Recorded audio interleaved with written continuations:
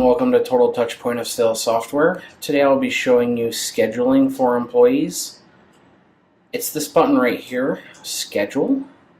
As you can see, I have a number of employees that have a schedule for today, but let's go look at Tuesday the 4th. I don't have any employees currently scheduled for Tuesday the 4th. On the left hand side here, we select employees by job type, so I'm going to start by selecting my servers. I want Sam and Sue to both be working from 8 a.m. to 1 p.m. I'll click over for them to be added. And then I want Fanny to be working from 1 p.m. to 4 p.m. because we're not very busy at that time. In addition to that, I'm going to need a cook from 8 a.m. to 4 p.m. Jim is going to get this shift,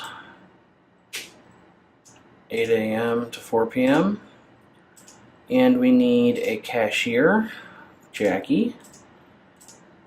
In addition, we're going to need a host, but we'll only need a host from 10 to 1 usually, in this case. And so these are the people that are going to be working on the 4th. Save.